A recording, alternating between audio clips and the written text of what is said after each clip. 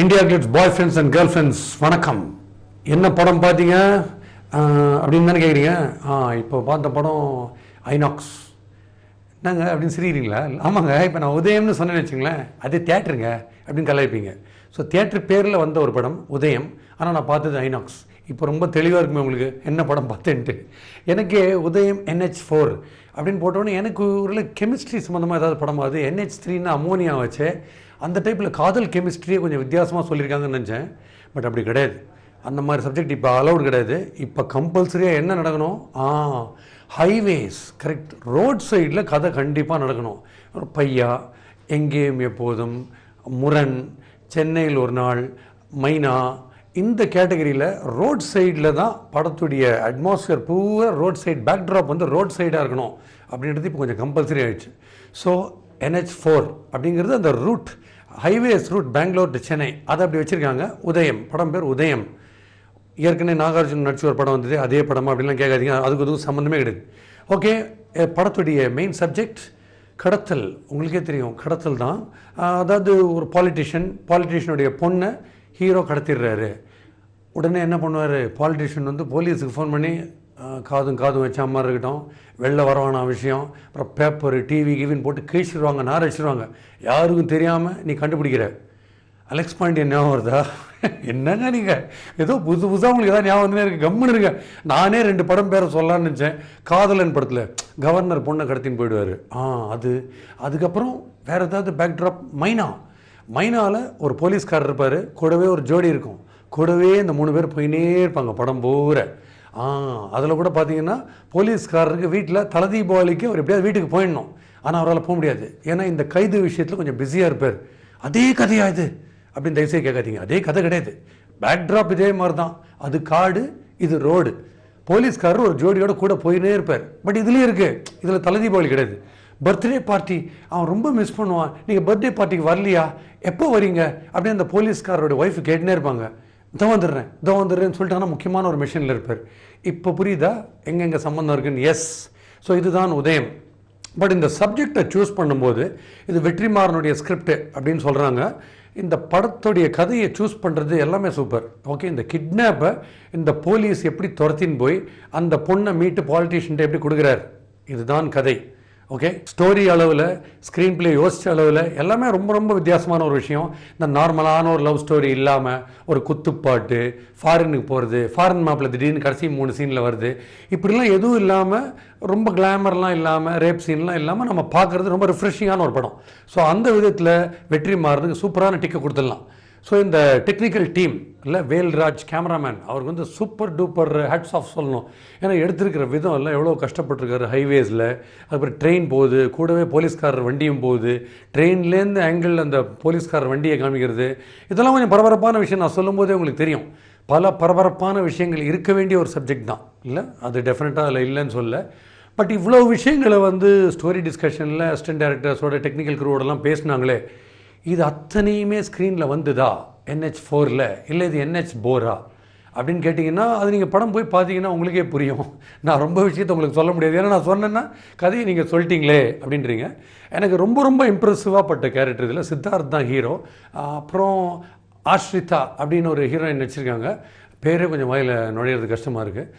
சித்தார்த் இதில் ஹீரோ. யூஸ்வலாக லவர் பாயாக வருவார், இதில் லவ்வில் வந்த ஒரு ஆக்ஷன் ஹீரோ அப்படின்னு சொல்லலாம். ஏன்னா போலீஸ்காரர் துரத்துறாரு, சண்டை போடணும் இல்லையா, ஆக்ஷனில் இறங்கணும். இது எந்த அளவுக்கு அவர் சூட் ஆச்சு அப்படின்லாம் பார்க்குறத விட, போலீஸ்காரராக வர்றார் பாருங்கள் KK மேனன், அவருடைய பர்ஃபார்மன்ஸ் ரொம்ப அவுட்ஸ்டாண்டிங்காக இருக்குது. படத்தில் வந்து நீங்கள் கண்டிப்பாக பார்க்கும்போது நினைப்பீங்க, ஏன்னா இந்த படத்துலேயே KK மேனன் இன்ஸ்பெக்டராக வராரு, துரத்துறாரு இந்த ஜோடியை. அவருடைய சீன் எப்போ வரும் அப்படின்னு நம்ம பரபரப்பாக எதிர்பார்க்குற அளவுக்கு அவருடைய பர்ஃபார்மன்ஸ் ரொம்ப நல்லா இருக்குது. ஒரு மிலன் சோமனை கொஞ்சம் வேறு ஆங்கிளில் பார்க்குற மாதிரியே இருக்குது. கிட்டத்தட்ட ஃப்ரேம் எல்லாம் அப்படியே இருக்குது, அவருடைய பெல்ட் எல்லாம், அவருடைய பேசுறது, பாடி லாங்குவேஜ் எல்லாமே அதே டைப்பில் இருக்குது. டக்குன்னு உங்களுக்கு கௌதம் மேனன் ஃபிலிம் ஞாபகம் வருதா? இப்படியே என்ன கேட்டுனே இருந்தீங்கன்னா அப்புறம் நான் எல்லாத்தையும் சொல்லுவேன். அதுதான், நீங்கள் வீணாக என் வாயை கலராதிங்க. ஸோ KK மேனன் அவருடைய பாடி லாங்குவேஜ், அவர் இன்வெஸ்டிகேஷன் பண்ணும்போது எப்படி கேஷுவலாக இருக்கார், ஆனால் ஃபோக்கஸ்டாக ஜாபில் எப்படி இருக்காருன்றது ரொம்ப அழகாக காமிச்சிருக்காங்க அந்த அவருடைய கேரக்டரைசேஷனில். Hats off to director Manimaran. இதெல்லாம் நல்ல ப்ளஸ் பாயிண்ட்ஸ் இருக்குது. இந்த பரபரப்புலாம் இருக்க வேண்டிய விஷயங்களில் பரபரப்பு இருக்கா அப்படின்றது தான் நான் உங்களுக்கு இப்போ சொல்ல போகிறேன். ஸோ இப்போ ஆரம்ப கட்டங்கள், டக்குன்னு ஒரு பொண்ணை காணும், பாலிட்டிஷியன் தவிக்கிறாரு, பொண்ணு பாய் ஃப்ரெண்டோட ஓடியாச்சு, போலீஸ் ட்ராக் பண்ணும். இந்த சீன்ஸில் ஒரு பரபரப்பு இல்லை, ரொம்ப நல்லாவே இருக்குல்ல. எப்படி ட்ராக் பண்ணுறாங்க. இப்போ மொபைல் ஃபோன் டெக்னாலஜி இருக்குது. மொபைல் ஃபோன் டெக்னாலஜியில் சைபர் செல்லில் போலீஸ் டிபார்ட்மெண்ட்டில் எப்படி சூப்பராக ஒர்க் பண்ணுறாங்க, இவங்க எந்தெந்த லொக்கேஷனில் இருக்காங்கன்னு பார்க்குறதுக்கு எப்படி ஒர்க் பண்ணுறாங்க. இப்போ ஆஃப்கோர்ஸ் நிறைய படம் பார்த்துருப்பீங்க ஆஃப் லேட்டு இல்லையா, அந்த மொபைல் ஃபோன் அந்த நெட்வொர்க்குக்கே போயிடுவாங்க, ஃபோன் பண்ணி எங்கெங்கே இருக்காங்க, அவங்க வாய்ஸை ட்ராக் பண்ணி அப்படிலாம் சொல்லுவாங்க பாருங்கள். அந்த பரபரப்புலாம் ரொம்ப நல்லா மெயின்டைன் பண்ணிருக்காங்க ஒரு 40 நிமிஷத்துக்கு. ஸோ இதெல்லாம் தான் ரைட். ஸோ இந்த கடைசியில் இந்த ஜோடிக்கு சக்ஸஸ் ஆகுதா இல்லையா, இதெல்லாம் இது பரபரப்பு ஏற்படுத்த வேண்டிய ஒரு ட்ராக். ஸோ அப்படி இந்த படத்தில் எங்கெங்கே விஷயங்கள் மிஸ்ஸிங்னு நீங்கள் பார்த்தீங்கன்னா, காதல் அப்படின்னு இறங்குற சித்தார்த் உண்மையிலேயே தன்னுடைய காதலுக்காக காதலியை எடுத்துட்டு காதலியை அழைச்சிட்டு அந்த கர்நாடகா பார்டரை தாண்டி சென்னைக்கு ஓடுறாரா, இது உண்மையிலேயே காதலுக்காக அவர் ஓடுறாரா, இல்லை இந்த அரசியல்வாதி தேவையில்லாத என் லைஃப்பில் விளையாட்டான், அவனுக்கு ஒரு பாடம் சொல்லி தரணும் அப்படின்னு சொல்லிட்டு கடத்திட்டு போய், அதுக்கப்புறம் இந்த ஸ்டாக்ஹோம் சிண்ட்ரோம்னு ஒன்று சொல்லுவாங்களே, கடத்தின்னு போயிட்டு திடீர்னு பார்த்தா லவ் உண்டாயிடும். இது உண்மையான லவ்வா இல்லை பழிவாங்கிறதுக்குன்னு இவங்க 2 பேரும் ஓடுறாங்களா அப்படின்றது ரொம்ப தெளிவாக இதில் வரல. அதனால தான் நமக்கு ஒரு ஈடுபாடு ஃபுல்லாக இதில் வரல. சித்தார்த்துடைய பர்ஃபார்மன்ஸ் சொல்லணும்னா, சித்தார்த் லவ்வர் பாயாக வரும்போது அவர் பீட்டே அடிக்க முடியாதுங்க. ரொம்ப ஸ்மார்ட்டான இளைஞர். பாய்ஸில் பார்த்த சித்தார்த் அப்படியே பாயாகவே இருக்கார். ரொம்ப பொறாமையாக இருக்குது நிறைய பேருக்கு, பயங்கர கேர்ள்ஸ் ஃபாலோயிங், அதெல்லாம் ரைட்டு. சித்தார்த்துக்கு அக்ரெஷன் வருமா, வயலன்ஸ் வருமா அப்படின்னு பார்த்தா கொஞ்சம் கஷ்டம் தாங்க. எனக்கு அப்படி தோணலைங்க. ஏன்னா கேரம் போர்டே அவரால் அழுத்தி பேக் ஷாட்டுக்கு அடிக்க முடியுமா அப்படின்றது எனக்கு கொஞ்சம் டவுட்டாக இருக்குது. குண்டூசியை கொடுத்தா கூட அவர் குத்த மாட்டாருங்க, ரொம்ப சாஃப்டானவருங்க அவர் சுபாவம் அந்த மாதிரி அப்படின்னு சொல்கிற மாதிரி தான் இருக்குது அவருடைய லுக்ஸ். ரொம்ப ஸ்வீட் பாயாக இருக்கார். அவரை போய் ஏன் இவ்வளோ வயலன்ஸில் கொண்டு விட்டீங்க அப்படின்றது எனக்கு கொஞ்சம் நெருடலான விஷயம். இன்னொன்று, அவருடைய மாடுலேஷனில் சித்தார்த் கவனிக்க வேண்டிய விஷயம், நான் பல படங்களாக பார்த்து வரேன். மாடுலேஷனில் அவர் என்ன பண்ணுறாரு, கிரிம்மாக வச்சுக்கிறார் முகத்தை எல்லா சீனுக்குமே. இப்போ இதில் பார்த்தீங்கன்னா நார்மலான ஒரு காலேஜ் ஸ்டூடெண்ட், அவர் ஒரு பொண்ணோட ஓடுறாரு. போலீஸ் டிபார்ட்மெண்ட்டில் நல்ல செர்பிரலான ஒரு ஆஃபீஸர் துரத்துறாருன்னா, போலீஸ்காரர் பயங்கர ப்ரில்லியண்ட்டாக இருப்பார். சிபிஐ ரேஞ்சுக்கு ஒன்று பண்ணு, அவன் எங்கே போயிட்டு இருக்கான்னு இப்போ ட்ராக் பண்ணு, கடைசியாக யார் மெசேஜ் வந்திருக்குன்னு ட்ராக் பண்ணு அப்படின்னு சொல்லிட்டு அவர் இன்ஸ்ட்ரக்ஷன் கொடுக்கலாம். அவர் ப்ரில்லியண்ட்டாக இருக்கலாம் போலீஸ். இதில் ஓடி போகிற ஹீரோ பயங்கர ப்ரில்லியண்ட்டாக இருக்கார். ஏன்னா கூட ஹீரோயின்ட்டு சொல்லினே வர்றார், அநேகமாக நம்ம ட்ரெயினில் டிக்கெட் புக் பண்ணியிருக்கோம், ஆனால் ட்ரெயின் பக்கம் அவங்க போக மாட்டாங்க, ஹைவேஸுக்கு தான் வருவாங்க. ஹைவேஸுக்கு வந்தாலும் நம்ம லாரியில் போகன்றது அவங்களுக்கு தெரியாது, நம்ம ஆட்டோவில் போயிடலாம், அதுவும் அவங்க கண்டுபிடிச்சிருவாங்களோ. அநேகமாக அவனுக்கு பின்னாடி இப்போ ஒரு கான்ஸ்டபிள் ஓடி வந்து நிற்பார். அவர் ரைட் சைடில் ரைட் ஹேண்டில் ஒரு துப்பாக்கி வச்சிருப்பார், பட் அதில் தோட்டா இருக்காது அப்படின்னு சொல்லினே இருக்காரு. இவ்வளோ ப்ரில்லியண்ட்டான ஒரு காலேஜ் ஸ்டூடெண்ட் இது வரைக்கும் நான் பார்த்ததே கிடையாது. எனக்கு என்னமோ ஜேம்ஸ் பாண்டே லவ் பண்ணுற மாதிரி இருக்குது ஒரு ஹீரோயினை. இத்தனை விஷயங்கள் அவர் சொல்லினே வர்றாரு. பட் அந்த மாடுலேஷன் அப்படியே கண்டினியூ ஆகுது. எதுக்குன்னா, டீ கடையில் டீ சாப்பிட்றச்சையும் அநேகமாக 2 சிங்கிள் டீ சொல்லிட்டா பெட்டர்னு நினைக்கிறேன். ஒரே ஒரு பன் வச்சுக்கோ, அது ஆளுக்கு பாதி துவைச்சி சாப்பிட்லாம். ஏன்னா இங்கே இருக்கிறது பழைய ஸ்டாக்காக இருக்குன்னு நான் நினைக்கிறேன். ஏன்னா இந்த பக்கம் லெஃப்ட்டில் பார்த்தீங்கன்னா இன்னொரு பரோட்டா கடை இருக்குது, பட் அதில் ஆர்டர் பண்ணுறதுக்கு போல் இதுலேயே காஃபி ஆர்டர் பண்ணிடலாம் அப்படின்னு, அதுக்கும் அதே மாடுலேஷன். ஸோ இது ஆக்ஷன் த்ரில்லராக சாதாரணமாக பேசுகிறாரான்னே தெரில, ஒரே மாடுலேஷன்லேயே பேசிட்டு இருக்காரு. அது கொஞ்சம் மாற்றிட்டாருன்னா கொஞ்சம் பெட்டராக இருக்கும். ஹீரோயின் ஆஷ்ரிதா அப்படின்னு வராங்க. அவங்களுக்கு என்னென்னா, அவங்க ஒரு பாலிட்டிஷியனுடைய பொண்ணு, போலீஸ் துரத்துறாரு, அவங்களுக்கு திடீர்னு லவ் வந்துடுது சித்தார்த் மேலே. பட் அவங்க கலங்கணும், சோகமாக இருக்கணும், லவ்வை வெளிப்படுத்தணும், பல விஷயங்கள் இருக்குது. பர்மனெண்ட்டாகவே அவங்க எப்படி இருக்காங்கன்னா, ஏதோ ஒரு சேட்டு கடையில் எல்லா நகையும் அடகு வச்சுட்டு, எனக்கு அந்த செயினை எங்கிட்ட கொடுத்துட்டுங்க, ரொம்ப சென்டிமெண்டலான செயின், அது என்னோடய பாய் ஃப்ரெண்ட் கேட்டு என்னன்னா ரொம்ப வருத்தப்படுவார் அப்படின்னு இதே மாதிரியே படம் பூரா பேசியிருக்காங்க எல்லா சுச்சுவேஷன்லையும். ஸோ இப்போ லீட் கேரக்டர்ஸ் 2 பேருமே ஒரே டைப்பில் படம் பூரா எல்லா சுச்சுவேஷன்லையும் பேசினாங்கன்னா உங்களுக்கு வெரைட்டி எங்கே இருக்குது? ஆஸ் இட் இஸ் கேரக்டர்ஸில் உங்களுக்கு ரொம்ப பெரிய வெரைட்டி கிடையாது.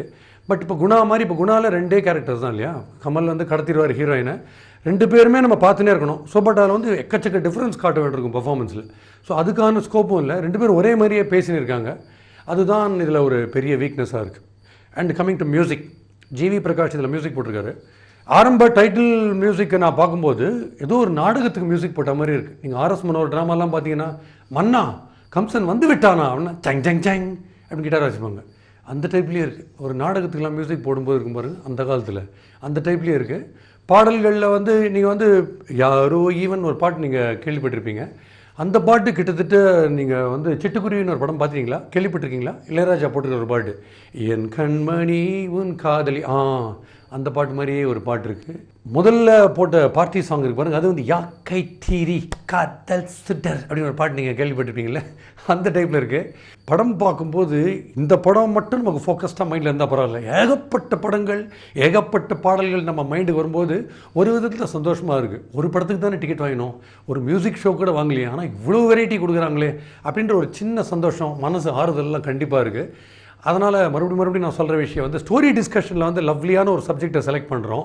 அதுக்கப்புறம் அதுக்கான அதை எப்படியாவது ஸ்க்ரீன் பிளேயில் கொண்டு வரும்போது இதே எஃபெக்ட் வருதா அப்படின்னு பார்க்குறதுக்கு அதுக்கு யாராவது ஒரு கன்சல்டண்ட்டோ இல்லை ஒரு கிரிட்டிக்கோ யாராவது இருந்தால் நல்லாயிருக்கும். நான் மைனா படம் உங்களுக்கு சொன்னேன் பாருங்கள், மைனாலையும் ஒரு போலீஸ் ஒரு ஜோடி கூடவே போயிட்டே இருக்காங்க, இது காட்டில் போயிட்டே இருக்காங்க. அப்படிங்கிறச்சே அதில் என்டர்டெயின்மெண்ட் ரிலீஃபுக்கு தம்பி ராமையா இருந்தார் பாருங்க.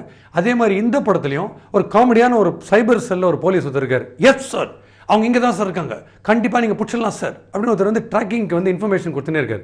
ஸோ என்டர்டெயின்மெண்ட்டுக்கு அந்த போலீஸை யூஸ் பண்ணியிருக்காங்க. அவர் ரொம்ப பிரமாதமாக பண்ணியிருக்கார். ஸோ மறுபடியும் நம்ம எதிர்பார்க்குற விஷயம் வந்து ஒரு பிராண்ட் நேம் இருக்குது பாருங்கள், வெற்றிமாறன் அப்படின்னா ஒரு பயங்கர ஹைப்பர் எக்ஸ்பெக்டேஷன் இருக்கும், சூப்பராக இப்படிலாம் இருக்கும்னு சொல்லிட்டு. ஸோ கதை அளவில் சப்ஜெக்டை சூஸ் பண்ண அளவில் ரொம்ப சூப்பரான விஷயம். ஒரு கிட்னாப்புக்கு எப்படி துரத்தின்னு போய் ஒரு போலீஸ் வந்து இவங்க அழைச்சிட்டு வர்றாரு. பட் இந்த கிளைமேக்ஸ் சீனில் வந்து இந்த போலீஸ் வந்து பயங்கரமாக பாதிரியார் லெவலில் அட்வைஸ் பண்ணுறாரு. என்ன அவனுக்கு இன்றைக்கி அவனை பார்த்துருக்க, அவனை உனக்கு பிடிச்சிருக்கு, இதெல்லாம் ட்ரூ லவ்வா, இதெல்லாம் நம்பி ஏன் போகிறீங்க, எவனோ ஒருத்தன், அது எப்படி உண்மைன்னு நினைக்கிற அப்படின்னு நிறைய சொல்கிறாரு. நிறைய பேர் சைக்காலஜிஸ்ட் மாதிரி அட்வைஸ் பண்ணினே இருக்காங்க. அப்புறம் ஆளுக்கு ஃப்ளாஷ்பேக்குங்க. படத்தில் வர அத்தனை பேரும் ஒன்று பண்ணல, கண்ணாடியை கேட்டுட்டு யூசி இன் 1965 அப்படின்னு சொல்லியே தவிர படத்தில் ஒவ்வொரு கேரக்டரும், அதாவது இப்போ இது ஹீரோ இருக்காருன்னா போலீஸ் இன்வெஸ்டிகேஷனுக்கு ஹீரோவோட ஒவ்வொரு ஃப்ரெண்டையும் அந்த இன்ஸ்பெக்டர் மீட் பண்ணும்போது ஒவ்வொரு கதை ஒவ்வொருத்தரும் சொல்லினே இருக்காங்க. ஸோ நமக்கு இது உண்மையிலேயே நடக்கிற விஷயமா, ஃப்ளாஷ்பேக்கா, இது யாரோட ஃப்ளாஷ்பேக்கு அப்படின்னு புரியாத அளவுக்கு கட் மாறி ஏகப்பட்ட ஃப்ளாஷ்பேக், கிட்டத்தட்ட மகாபாரதத்தில் கிளை கதைகள்லாம் வரும் பாருங்க, அந்த மாதிரி வருது. ஸோ ஒரு நல்ல சப்ஜெக்டை ஏன் வந்து ஸ்க்ரீனில் வந்து இன்னும் அழகாக அவங்க கொண்டு வரல அப்படின்ற ஒரு ஆதங்கம் கண்டிப்பாக இருக்குது. பரபரப்பாக போக வேண்டிய ஒரு விஷயம், ஹைவேஸில் நடக்க வேண்டிய ஒரு பரபரப்பான விஷயம்.